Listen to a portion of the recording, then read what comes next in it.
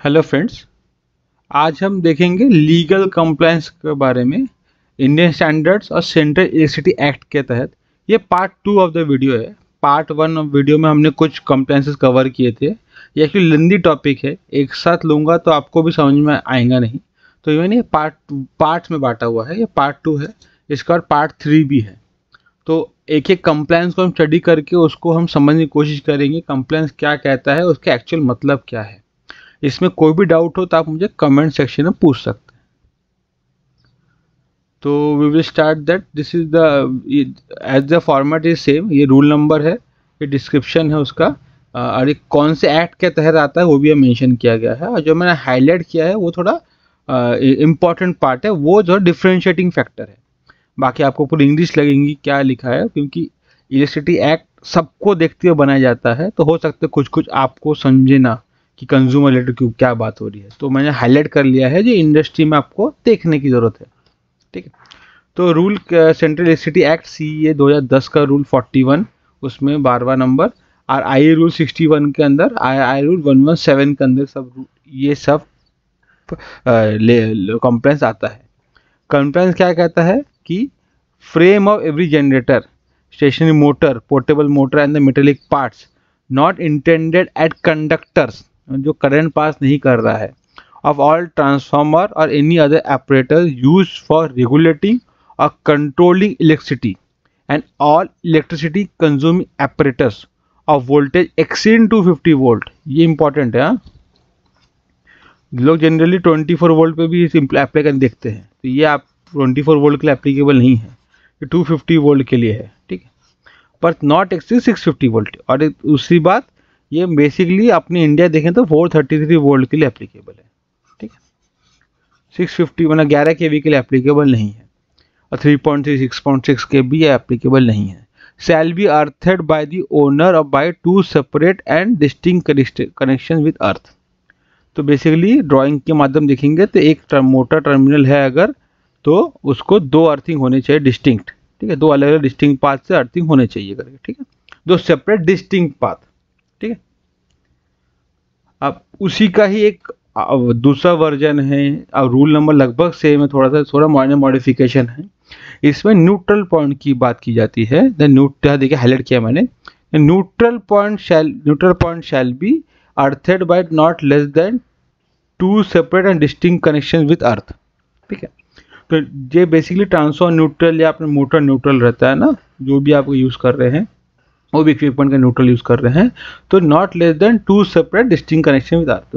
Body की बात नहीं कर रहा हूँ मैं यहाँ पे, उसकी बात कर रहा हूँ, न्यूट्रल की बात कर रहा हूँ। आप ट्रांसफॉर्मर देखे होंगे अगर आप, ट्रांसफॉर्मर जनरली दो न्यूट्रल रहते हैं, 2 बॉडी अर्थ रहता है। ठीक है, ये रूल एकदम उस पर फिट बैठता है। फिर आता है, कोई सबस्टेशन के अंदर अगर आपका 2000 लीटर के ऊपर ट्रांसफॉर्मर है जिसकी ऑयल कैपेसिटी 2000 लीटर के ऊपर है, अब मोर देन 2000 लीटर्स ऑफ ऑयल, उसका फिर अपने को फायर वॉल से प्रोटेक्ट करना पड़ेगा। लोकेटेड इन बेसमेंट और where proper oil draining arrangement can not be provided, और सबस्टेशन और switching station with apparatus having more than 2000 litres of oil, ये इंपॉर्टेंट है, is installed whether indoor or outdoor, the baffle wall of 4 hours fire rating shall be provided between the apparatus।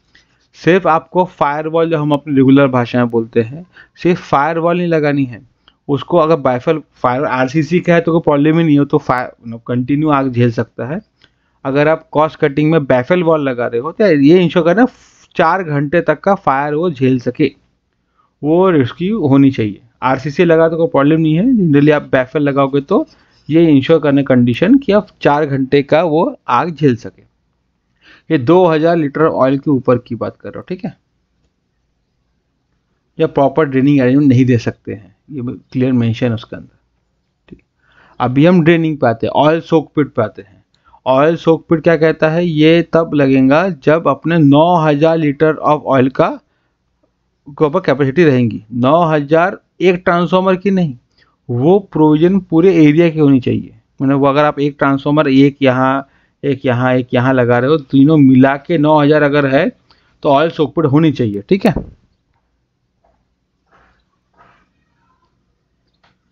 अब आता है कि interlocks, basically CA guideline और I rule interlocks के बारे में बहुत कम बात करते हैं। बेसिकली हर अब प्लांट अपना अपना इंटरलॉक सेट कर लेता है, तो जैसा आप वर्किंग फेनोमिना है।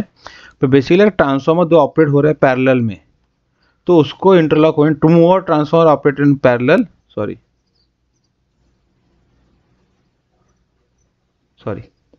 when two or more transformers operate in parallel, the system are arranged as to trip the secondary breaker of transformer in case the primary breaker of the transformer trip।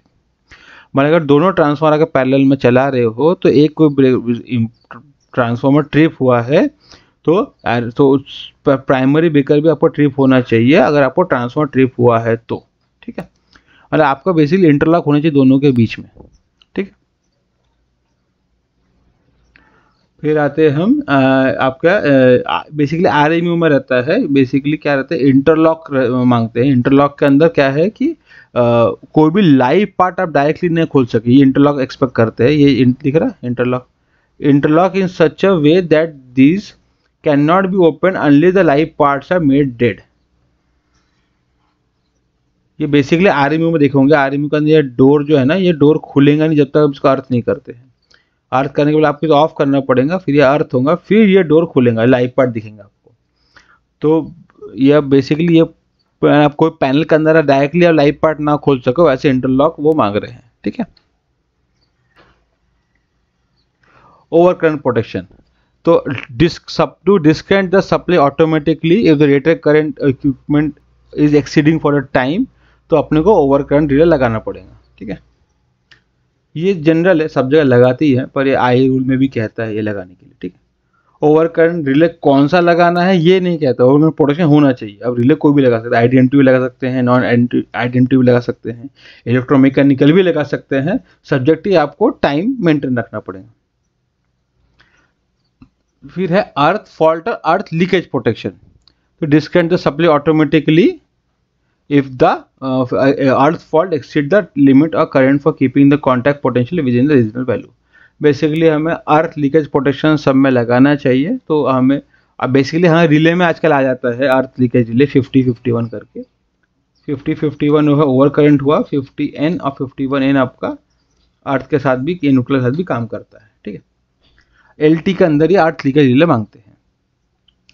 फिर अगर transformer की बात करें तो 1000 kVA के ऊपर अगर transformer है तो उसको OT gas pressure type vending temperature oil temperature protection दोनों अवेलेबल करना चाहिए 1000 kVA के ऊपर अगर ट्रांसफार्मर है तो, ठीक है। इसलिए आप डिस्ट्रीब्यूशन ट्रांसफार्मर आप ये नहीं देखेंगे ओटी या डब्ल्यूटीआई।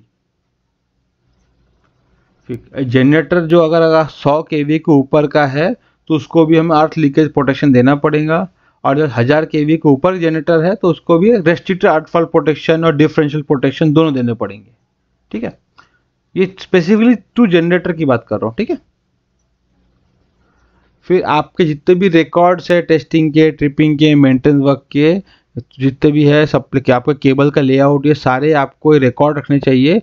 और आपको जहाँ तक इलेक्ट्रिकल इंस्पेक्टर ऑफिस में टेस्टिंग रिपोर्ट्स ये पूरे जमा करने चाहिए साल भर का आप maintenance record, testing report, tripping record, जो भी आपके सप्लाई एंड से या आपके लोकल आपको सप्लाई प्रोवाइड कर रहा है, जो भी आपका डिस्कॉम होगा, जो भी आपके गवर्नमेंट्स होंगे, स्टेट गवर्नमेंट्स, तो वहाँ का रिपोर्ट लेके आपको एमएससी इलेक्ट्रिकल इंस्पेक्टर को जमा करना चाहिए। आपका तो होना ही होना चाहिए, पर एज अ इलेक्ट्रिकल इंस्पेक्टर को रिपोर्ट देना चाहिए कि हमने ये पूरे इक्विपमेंट का मेंटेनेंस और कर लिया है। अगर नहीं किए हैं, अगर रिकॉर्ड मांगा, तो ये रूल के आप फॉलो नहीं कर रहे हो, ठीक है। फिर ये अर्थिंग का ही है opposite, non current carrying electric metal parts. ये बहुत बार देखे होंगे, पर ये बहुत रूल्स मॉडिफाई हो के एक रूल से घुस जाते हैं, तो सारे रूल्स के अंदर कवर किया गया है, इसलिए मैं इसको रिपीट कर रहा हूँ। All non current metal parts associated with installation of voltage exceeding 650 volt shall be effectively earthed to a grounding system और मैट। उसको ग्राउंड करना है जो भी अपने नॉन कैरिंग मेटल पार्ट्स है, पैनल के जो मेटल पार्ट्स है, उस जो करंट कैरी नहीं कर रहे हैं उसको अर्थ करने के लिए, ठीक है। तो limit the touch and step potential to tolerable value, maintain resistance to earth connection touch value to make operation और प्रोडक्टिव डिवाइस इफेक्टिव। उसका जो अर्थिंग जहाँ पे जाने वाला है, जहाँ पे ये अर्थ पीट पे जाएगा एग्जाम्पल, उसका टच पोटेंशियल स्टेप पोटेंशियल आपका टॉलरेबल वैल्यू में होना चाहिए। मतलब इसका जो अर्थिंग वैल्यू है कि जो ओम्स आता है, ओम्स में टच पोटेंशियल स्टेप पोटेंशियल आता है, वो टॉलरेबल वैल्यू पे होना चाहिए। मतलब ऐसा नहीं कि आप यहाँ पर अर्थिंग ले कहीं पे भी जाकर लगा दे, जहाँ पे लगा रहे हो वहाँ का वैल्यू भी टॉलरेबल लिमिट्स के अंदर होना चाहिए। टॉलरेबल लिमिट्स आपके IEEE में कवर होती है, ठीक है। ये आपका हुआ है part 2 of the video complete होता है यहाँ पे। मैं जनरली जो शॉर्ट में रख रहा हूँ ताकि आपको भी समझने में आसानी हो। जल्दी इसका पार्ट 3 आएगा। आप इसको कोई भी डाउट है तो आप प्लीज़ कमेंट सेक्शन में मेंशन कीजिए, मैं उस पर जल्दी रिप्लाई करूँगा। Thank you.